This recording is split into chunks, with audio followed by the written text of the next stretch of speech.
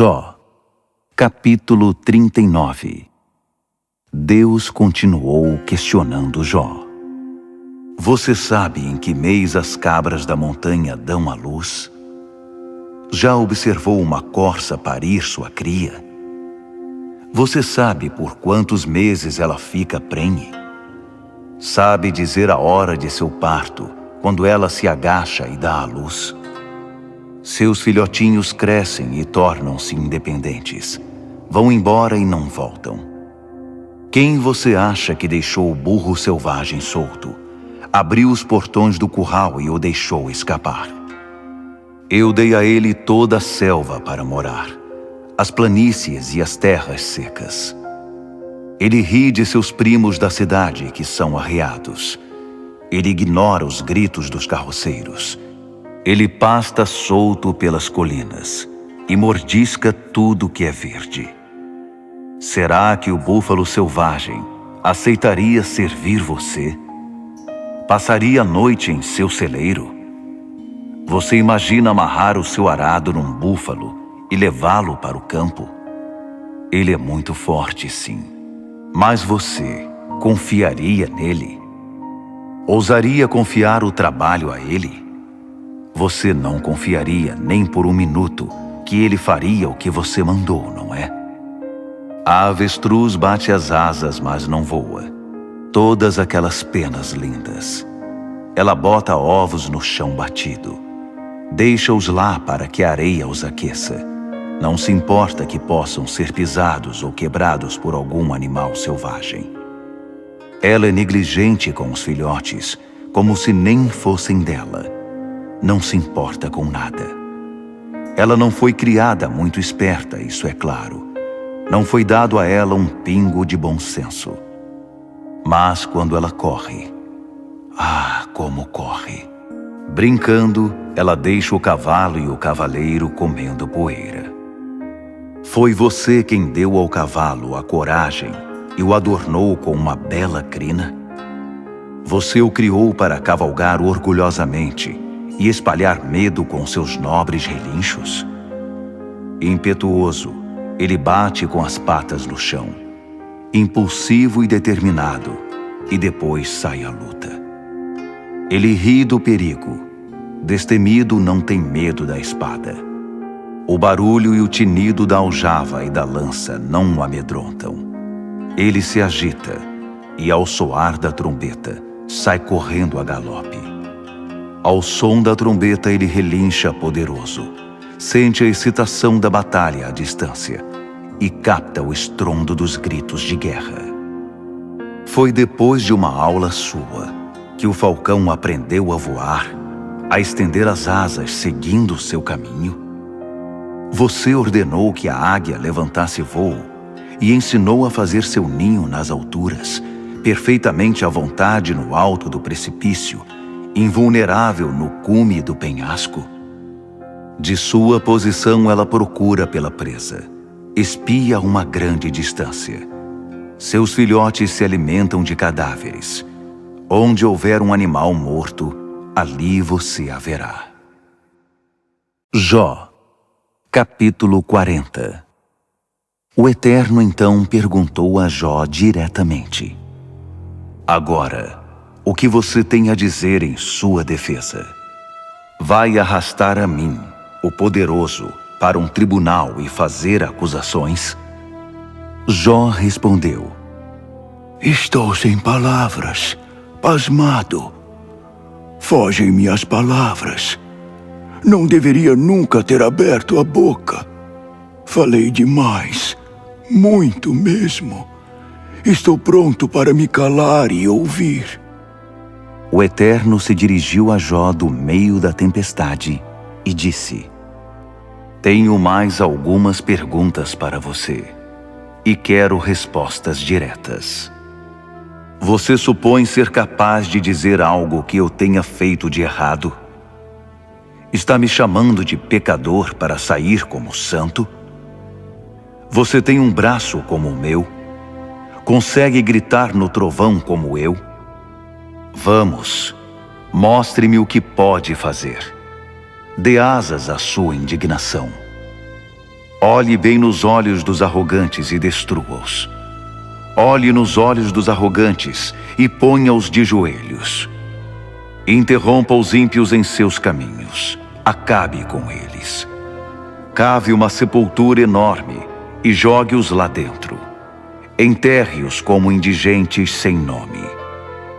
Eu dou liberdade e todo o espaço de que você precisar.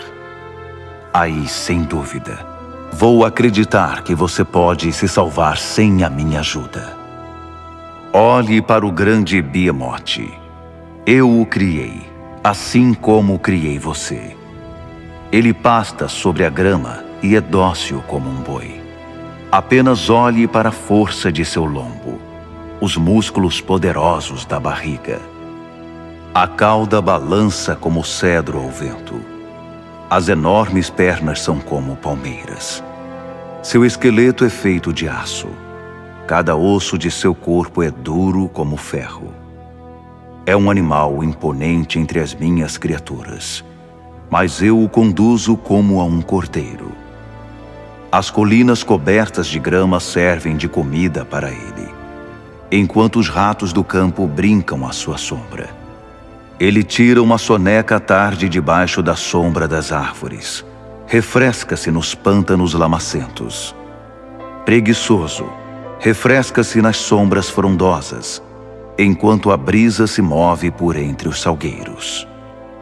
E quando o rio se agita, ele não sai do lugar. Apático e tranquilo, mesmo quando o Jordão fica bravio. Mas você não o desejaria como animal de estimação. Você não seria capaz de domesticá-lo.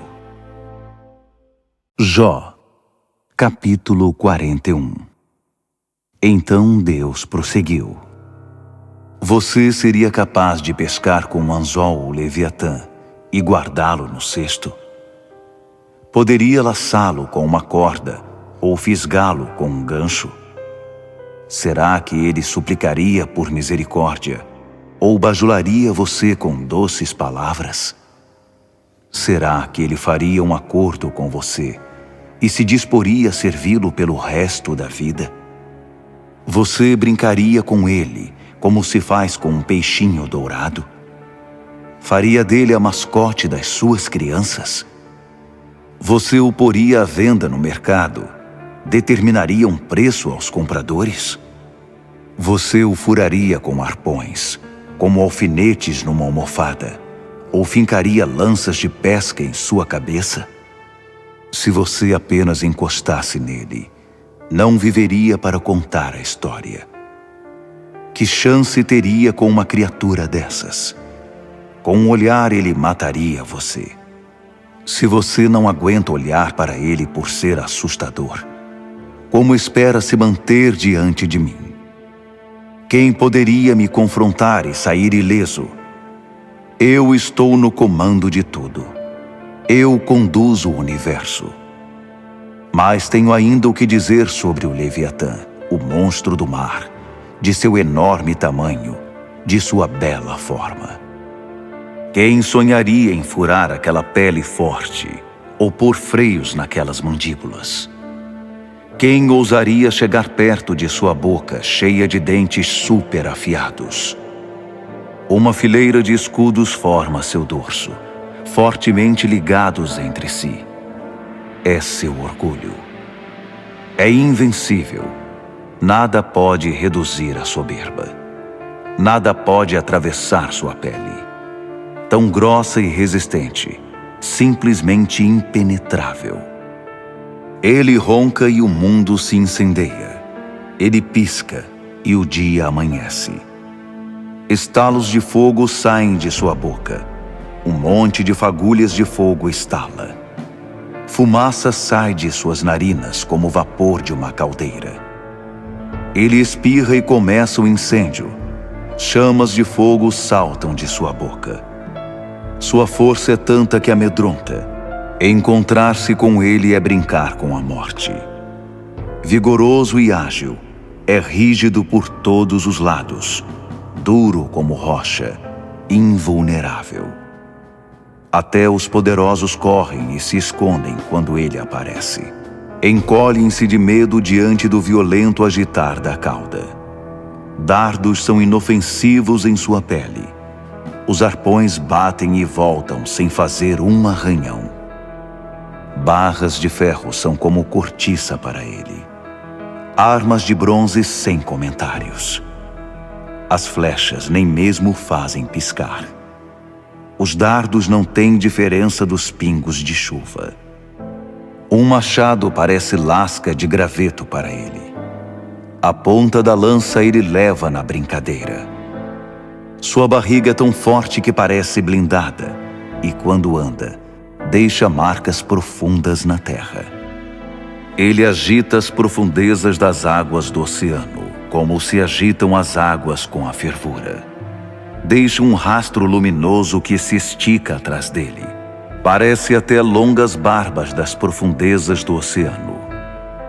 Não há nada neste mundo como ele. Nenhum grama de medo reside naquela criatura. Ele domina os grandes e poderosos. É o rei do oceano, o rei das profundezas. Jó, capítulo 42.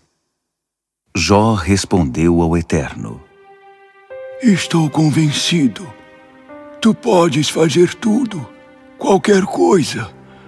Nada, nem ninguém pode frustrar teus planos. Tu perguntaste: quem é este ignorante que critica meus propósitos se nada sabe? Admito, fui eu. Falei sobre coisas além da minha compreensão. Fiz pouco das maravilhas que estão acima do meu entendimento. Tu me disseste: tenho algumas perguntas para você e quero respostas diretas. Agora confesso, antes eu ouvi falar a teu respeito, mas agora te conheço, pois vi com meus próprios olhos. Por isso, retiro tudo o que disse. Sou miserável e me arrependo profundamente. Perdoa-me. Depois de acabar de falar com Jó, o Eterno virou-se para Elifaz, o temanita, e disse: Agora é com você e seus 2 amigos. Estou farto de vocês, pois não foram honestos comigo nem no que disseram de mim a meu servo Jó. Portanto, eis o que vocês devem fazer. Peguem 7 touros e 7 carneiros e levem para o meu servo Jó. Entreguem uma oferta de sacrifício e meu servo Jó orará por vocês. E assim, vou aceitar a oração de vocês. Ele clamará a mim para não tratar vocês como merecem, depois de terem falado tanta mentira a meu respeito.